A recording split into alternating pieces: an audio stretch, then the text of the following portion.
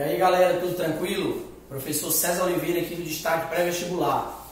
Hoje nós vamos falar um pouquinho sobre citologia. Durante as outras aulas nós vamos comentando os assuntos mais recorrentes das provas do Enem. Mas hoje nós vamos escolher citologia.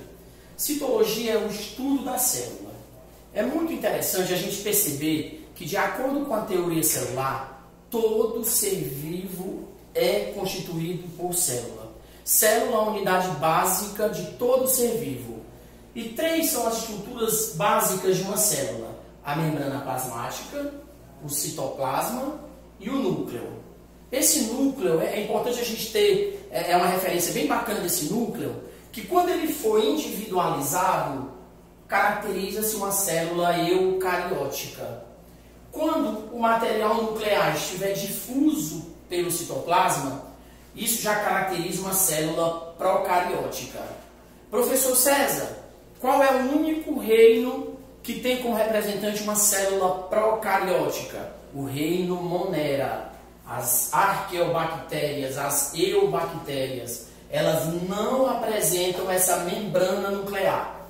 Essa membrana nuclear, perceba aqui no esquema na lousa, que ela não isola o conteúdo nuclear do conteúdo citoplasmático, ok? Essa membrana nuclear, ela delimita o conteúdo nuclear do conteúdo citoplasmático. Por quê, professor? Bem, porque reações químicas irão acontecer no núcleo, tá? Onde os produtos dessas reações eles têm que migrar para o citoplasma. Então eu tenho que ter poros da carioteca. Vamos lembrar rapidinho: célula eucariótica, célula animal, célula vegetal. Nós temos dois exemplos de célula eucariótica que possui carioteca. Célula procariótica não possui carioteca. Não é legal dizer que não possui núcleo. É bom dizer que o material nuclear está difuso.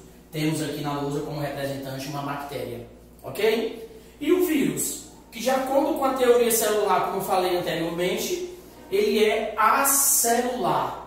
Então ele não tem uma constituição de membrana plasmática, de citoplasma e de núcleo. O vírus é acelular. Porém, eles têm a capacidade de reprodução, de mutação e de hereditariedade. Até aí tudo tranquilo, gente?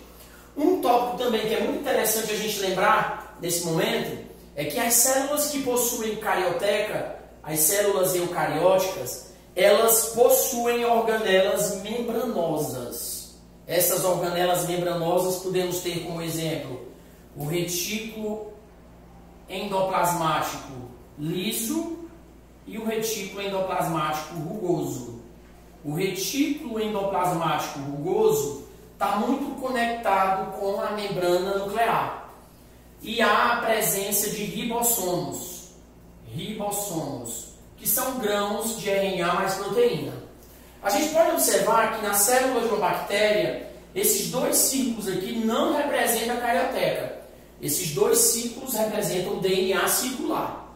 E é bom lembrar também que a única organela que uma bactéria apresenta e que nós temos nas células animais e vegetais seria esse ribossomo. Que no momento mais à frente, depois nós vamos falar um pouquinho sobre evolução e eu vou comentar mais sobre o papel desses ribossomos a nível de bactéria. Então vejamos, eu tenho o retículo endoplasmático granular ou rugoso e eu tenho o retículo endoplasmático liso, agranular. É interessante perceber que o retículo endoplasmático liso não apresenta ribossomos aderidos. Esse retículo endoplasmático liso, ele é visto em abundância, por exemplo, nos hepatócitos, nas células do fígado. Nós já conseguimos ver em abundância o retículo endoplasmático rugoso nas células acinosas, nas células do pâncreas, que tem um poder de secreção muito grande. E falando em secreção, não esqueça, uma outra organela membranosa que está presente nas células eucarióticas é o complexo de Golgi, o aparelho de Golgi. Então o aparelho de Golgi ele é mais volumoso em uma célula animal e ele é menos volumoso, vamos assim dizer, em termos de tamanho, numa célula vegetal. Professor, qual a importância desse aparelho golgiense, ou desse complexo de Golgi? Galerinha, uma dica bem bacana é você entender que o retículo endoplasmático ele faz o transporte de substâncias e que o aparelho de Golgi ele vai estar associado com a secreção celular. Então é muito importante, inclusive, a gente nesse momento relacionar o retículo endoplasmático rugoso com o complexo de Golgi. Qual é a relação, professor, então? As proteínas sintetizadas no retículo endoplasmático rugoso, elas migram através de vesículas de secreção para o complexo de Golgi.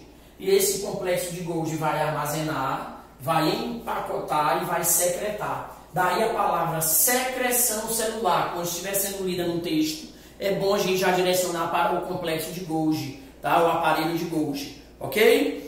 Uma outra organela membranosa que está presente na célula animal e na célula vegetal, a gente pode perceber o peroxissomo, ok?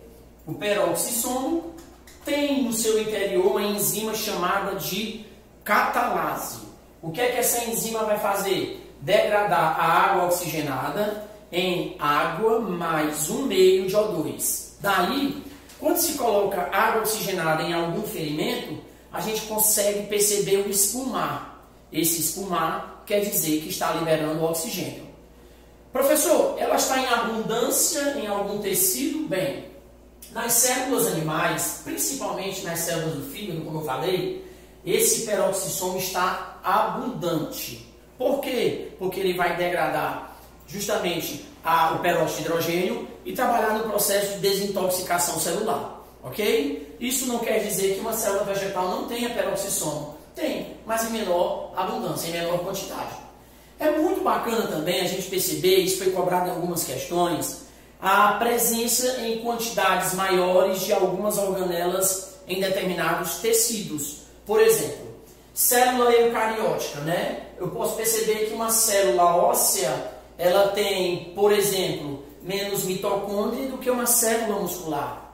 Por que então que uma célula muscular tem mais mitocôndria? Mitocôndria seria uma outra organela membranosa, presente tanto em célula animal quanto em célula vegetal. Inclusive, nas próximas aulas em ecologia, nós vamos relacionar essas mitocôndrias com os cloroplastos.